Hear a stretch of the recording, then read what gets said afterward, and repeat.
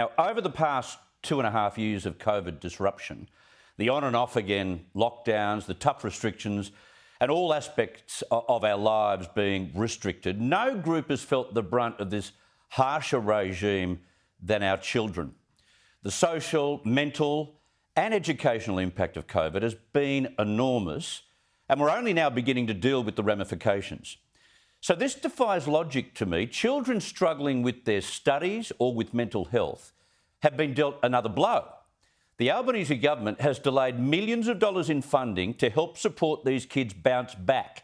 Now, if intentional, it is a disgraceful move. Joining me now is the former Education Minister, now Shadow Minister, who designed these grants in the first place, by the way, Alan Tudge. Alan, thank you for your time. 36 grants are now in doubt.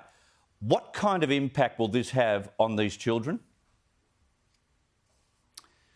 G'day, Chris. Well, it's 36 grants totalling just over $21 million, and they were grants precisely designed to assist kids who may still be struggling from the effects of COVID, either in their academic work or in mental health issues.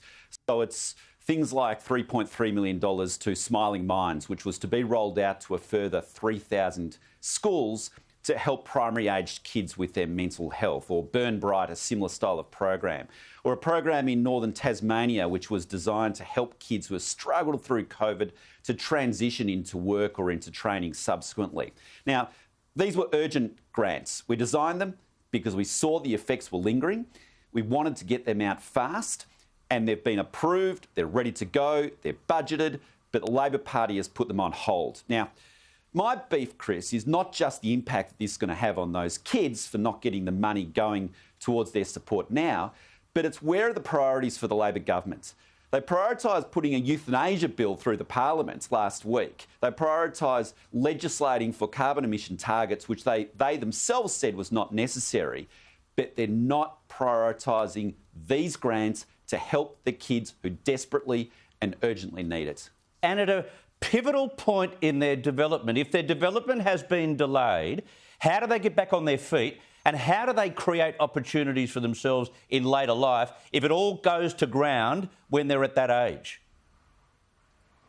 I think that's right, and particularly in mental health, that's the case. Now, you know, some kids will be able to catch up on their academic work later on down the track and over time, but if your mental health is severely impacted, then that can have a severe ongoing impacts in relation to you. So that's why these grants are there.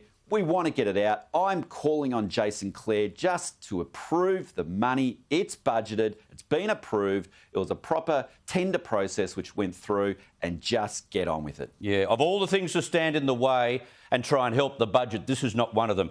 Now, Alan, one of the first bills set to be debated when Parliament returns will be the government's push to abolish the cashless welfare card. Now, you were the architect of this in Tony Abbott's time. This is such a dangerous decision to make.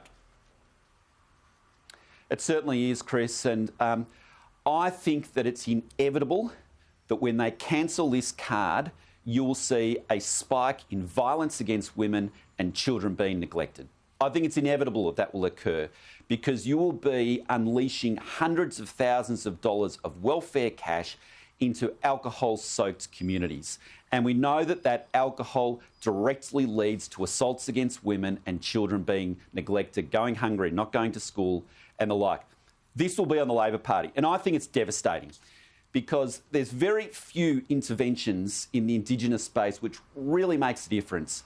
But this one did, Chris, and it was designed hand in glove with the Indigenous leaders in those communities. I did it myself.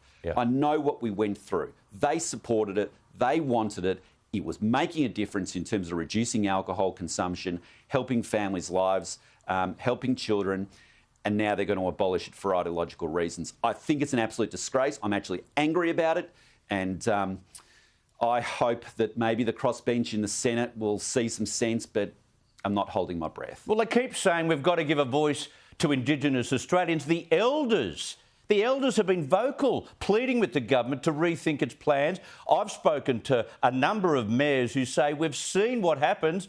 Kids get uniforms. Kids end up going to school. You know, why purport to support Indigenous Australians when you're not listening to them on the ground?